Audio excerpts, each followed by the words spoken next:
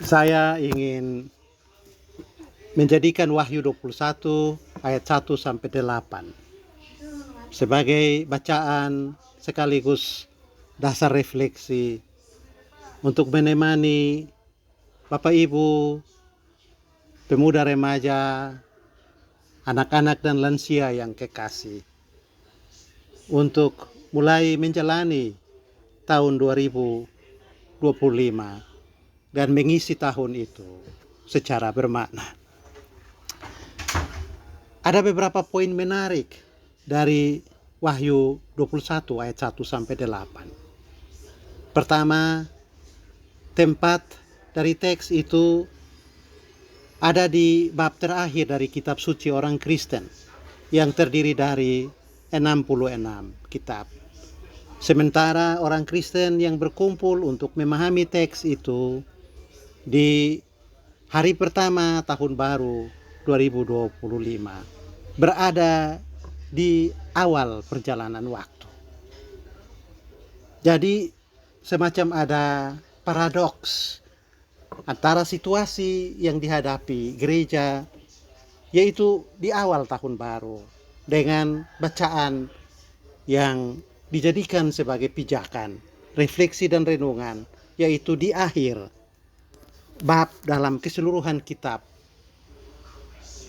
Perjanjian Baru dan Perjanjian Lama. Kedua, ada paralelisme antara bab terakhir dan bab pertama Alkitab orang Kristen. Bab pertama, kitab Kejadian, ayat pertama dan ayat kedua berbicara tentang laut, atau dalam bahasa yang dipakai Samudra Raya. Dan laut atau Samudra Raya itu menjadi penghalang. Dalam bahasa orang di Kupang, berdiri cakar pinggang menentang Allah. Waktu Allah mulai bertindak untuk mengatur bumi dari keadaan kaos, kacau balau, menjadi kosmos, tertib dan teratur. Sedangkan bab terakhir, yaitu kitab Wahyu, pasal 21 ayat 1 dan 2, Yohanes mengumumkan dengan suara lantang bahwa Allah turun berdiam bersama manusia di langit yang baru dan bumi yang baru. Dan yang paling menarik dari Wahyu 21 dalam hubungan dengan Kejadian 1 ayat 1 dan 2 adalah adanya pemberitahuan bahwa laut tidak ada lagi. Sementara di Kejadian 1 kita dengar bahwa laut menjadi penghalang upaya awal Allah untuk menertibkan dunia. Maka di Wahyu 21 kita dengar pengumuman bahwa laut tidak ada lagi. Nah, Bapak Ibu, supaya aura ceria dan sukacita Wahyu 21 itu kita bisa rasakan bersama. Baik sekali kalau kita baca bersama-sama Kejadian 1 ayat 1 dan 2. Setelah itu kita baca lagi bersama Wahyu 21 ayat 1. Begitu. Sudah siap? Nah, kalau begitu mari kita baca bersama-sama Kejadian 1 ayat 1 dan 2. Pada mulanya Allah menciptakan langit dan bumi. Bumi belum berbentuk dan kosong. Gelap gulita menutupi Samudra Raya, dan Roh Allah melayang-layang di atas permukaan air itu. Sekarang kita ke Wahyu 21 ayat 1. Ayo kita baca lagi bersama-sama. Lalu aku melihat langit yang baru dan bumi yang baru. Sebab langit yang pertama dan bumi yang pertama telah berlalu. Dan laut pun tidak ada lagi. Bapak Ibu coba perhatikan. Di langit yang lama dan bumi yang lama ada Samudra Raya, yaitu laut. Dia menjadi penghalang saat Allah mulai bertindak untuk menertibkan bumi dan menempatkan di dalamnya makhluk hidup. Dan itu sebabnya pekerjaan penciptaan di hari yang kedua disebutkan bahwa Allah membelah air dan menaruh batas untuk air yang ada di atas dan air yang di bawah, supaya ada ruang kosong. Lalu kemudian di hari ketiga, di ruang yang kosong itu masih ada sedikit air, Allah memerintahkan air-air di ruang kosong itu untuk berkumpul di satu tempat yang sekarang kita sebut laut. Dan karena itu ada daratan di mana manusia boleh hidup nyaman, membangun peradaban, mempraktekkan ibadah, dan berharap akan satu masa depan yang lebih baik. Pokoknya waktu langit yang pertama dan bumi yang pertama dibentuk, laut menjadi masalah. Dan orang Israel memandang laut sebagai sumber atau pembawa masalah, karena di sana hidup lewitan-lewitan, naga-naga purba, dan kuasa-kuasa yang mengganggu kehidupan. Kita bisa hubungkan ini dengan cerita tentang permintaan roh-roh jahat di Gerasa agar tidak dihukum oleh Yesus. Roh-roh jahat itu minta izin agar masuk ke babi-babi. Lalu babi-babi yang kerasukan itu terjun ke laut.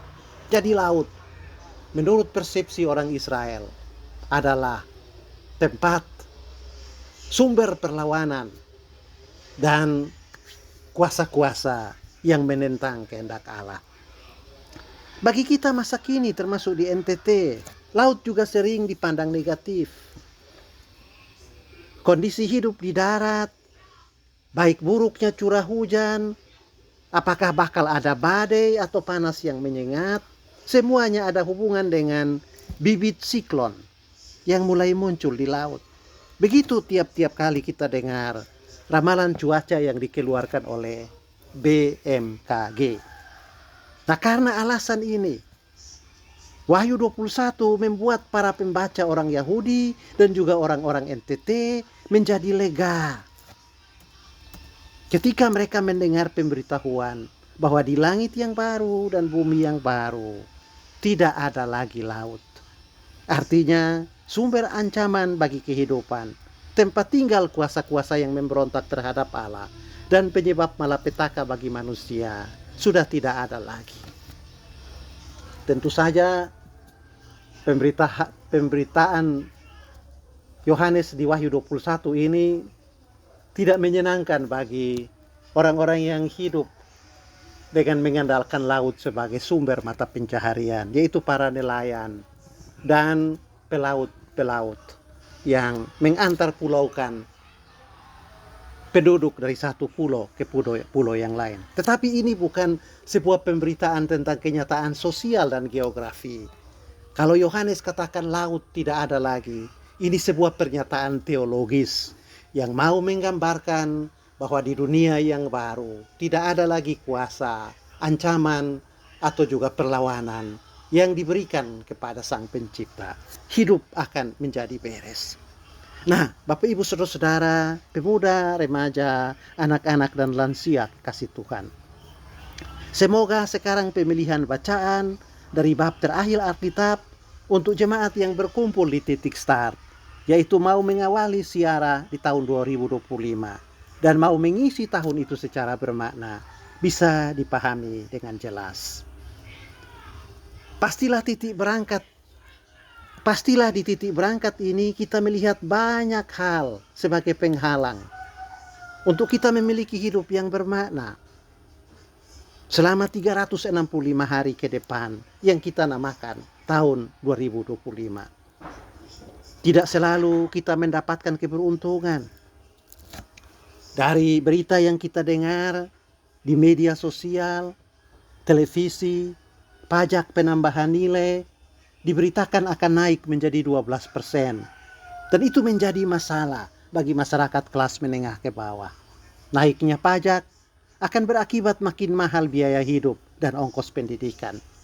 Beras naik, ongkos bemo naik, jualan-jualan di pasar juga naik, sementara gaji terkena pajak 12%. Semua ini menjadi seumpama samudra raya yang ada di hadapan Allah atau di hadapan kita ketika akan memasuki tahun 2025. Di titik start perjalanan memasuki tahun 2025, kita menemukan banyak tantangan, kesulitan, masalah, perlawanan, dan itu membuat kita menjadi pesimis. bahkan juga apatis. Lalu apa yang harus kita buat? Menangisi hidup dan tantangan yang ada? Atau haruskah kita cemas dengan situasi ini, lalu mengambil sikap-sikap yang antisosial, melakukan berbagai-bagai tindakan anarkis untuk menghancurkan kehidupan itu sendiri? Kitab Wahyu ditulis pertama-tama kepada 7 jemaat di Asia Kecil untuk menguatkan mereka menghadapi masalah yang mirip, bahkan lebih berat dari apa yang bakal kita hadapi di tahun 2025 sebagai bangsa Indonesia dan sebagai orang Kristen di Indonesia. 7 jemaat yang menjadi tujuan penulisan kitab Wahyu adalah Efesus, Smyrna, Pergamus, Tiatira, Sardis, Philadelphia, dan Laodikia. Bapak Ibu, ringan mana persoalan hidup yang dihadapi 7 jemaat itu dengan hidup orang Kristen di Indonesia dan di NTT? Saya kira lebih berat masalah yang dihadapi 7 jemaat di Asia Kecil. Sebab pada waktu itu mereka hidup sebagai kelompok minoritas. Sedangkan di NTT kita hidup sebagai kelompok mayoritas. Dan di Indonesia tidak ada istilah minoritas mayoritas karena ideologi berbangsa Pancasila yang kita miliki mengatakan bahwa negara berdiri untuk semua golongan dan memberi kebebasan untuk semua umat beragama. Nah, beratnya persekusi yang menimpa 7 jemaat Asia Kecil tidak membuat mereka menangisi nasib atau mengambil sikap pesimis dan apatis. Mereka tidak takut menghadapi persekusi dan tidak menyerah pada tekanan dari penguasa. Di tengah-tengah mereka hadir Yohanes, murid Yesus, murid yang dikasihi, yang memberi penglihatan tentang ujung akhir dari perjuangan melawan semua persekusi dan juga penindasan, serta upah yang akan diterima karena kesetiaan berpegang pada iman. Dan karena itu, berdasarkan visi tadi, mereka kuat menghadapi situasi sulit sambil menjaga kekompakan baik dalam kerja maupun dalam berdoa. Teamwork, bekerja dan berdoa dalam tim menjadi sumber energi yang menyalakan semangat untuk bertahan sekaligus berbuah. Karena didorong oleh visi atau pengharapan masa depan yang dinyatakan dalam penglihatan kepada Yohanes di Patmos. Bekerja dalam tim dan berpengharapan secara berjemaat yang dilakoni 7 jemaat Asia Kecil menghadapi beratnya tekanan dan kerasnya persekusi ditampilkan dalam kitab Wahyu dalam gambaran yang sangat menyentuh hati, yaitu ada kumpulan orang-orang berjubah putih yang berkeliling tahta anak domba, membawa pujian dan melakukan penyembahan. Musuh sekuat raksasa bisa dilawan dan dikalahkan jika orang-orang percaya hidup dalam semangat sebagai sebuah tim yang solid. Sebaliknya, gosip atau kabar angin atau kabar burung bisa merobohkan sebuah kerajaan kalau warganya hidup dalam saling curiga dan membangun rivalitas. Ini yang justru hendak ditegaskan oleh Yohanes ketika menulis kepada 7 jemaat di Asia Kecil, supaya berhadapan dengan kesulitan-kesulitan mereka tidak kehilangan visi, tetapi juga mereka makin kuat menjaga kekompakan dan persekutuan. Yohanes menyerukan kepada jemaat-jemaat di Asia Kecil untuk tidak takut menghadapi tekanan dan persekusi, serta tekun menjaga soliditas iman, karena mereka sudah diperlihatkan tujuan akhir dari kebengisan yang dipertontonkan oleh penguasa, yaitu naga dari laut itu akan dikalahkan. Lalu bagi jemaat berlaku kenyataan yang berikut. Di ujung akhir dari kesetiaan mereka untuk bertahan dan ketekunan mereka, untuk bekerja membangun nilai-nilai kebaikan. Upah yang akan mereka terima itu digambarkan Yohanes dengan kalimat yang berikut. Ia akan menghapuskan segala air mata dari mata mereka, dan maut tidak akan ada lagi. Tidak akan ada lagi perkabungan, atau ratap tangis, atau duka cita. Sebab segala sesuatu yang lama itu telah berlalu. Tantangan, kesulitan, bahaya, dan ancaman sedahsyat apapun wujudnya yang muncul di awal perjalanan hidup atau permulaan kerja akan bisa disingkirkan. Bahkan memberi sukacita besar di akhir masa pergumulan kalau visi yang berasal dari Tuhan dijadikan pemandu dan kegiatan kehidupan serta karya yang dijalani dalam semangat ringan sama dijinjing, berat sama dipikul. Nekaf mese ansau mese, ita haturi esa, tenangeli molenua. Begitu yang sering menjadi kata-kata bijak dari para pendahulu kita dalam masyarakat budaya. Model kerja ini, yaitu berpegang pada visi masa depan yang sama, visi yang berkualitas, dan bekerja dalam semangat kolaborasi. Nekaf mesek ansau mese, ita haturi esa, tenang eli molenua. Seperti yang dijalani Allah. Untuk mengubah samudra raya menjadi laut, yang terjadi pada hari ketiga di langit yang pertama dan bumi yang pertama. Akhirnya karya dan perjuangan itu di langit yang baru dan bumi yang baru akan mendatangkan kebahagiaan, yaitu tantangan, ancaman, hambatan, dan kesulitan diatasi. Lihatlah sendiri apa yang ditunjukkan Yohanes dalam Wahyu 21. Lalu aku melihat langit yang baru dan bumi yang baru. Sebab langit yang pertama dan bumi yang pertama telah berlalu, dan laut pun tidak ada lagi. Allah yang bekerja di awal karya penciptaan pertama adalah juga Allah yang bekerja atau berada di awal karya penciptaan baru. Allah itu tidak berubah. Yohanes memberi penegasan itu dalam ayat 6 pasal 21 kitab Wahyu. Aku adalah Alfa dan Omega, yang awal dan akhir. Penegasan ini dimaksud untuk menunjukkan bahwa barang siapa yang mengerjakan sesuatu sesuai dengan visi yang ditetapkan Allah dan menggunakan metode kerja kolaboratif yang dicontohkan oleh Allah, hambatan, tantangan, ancaman sebesar apapun pasti bisa ditaklukkan. Nah, Bapak Ibu Saudara-saudara, bermodalkan visi masa depan ini dan metode kolaboratif dalam menghadapi tantangan dan masalah, mari kita masuki tahun 2025. Tiap-tiap kita pasti memiliki visi pribadi untuk dipakai mengisi 2025. Itu tidak masalah.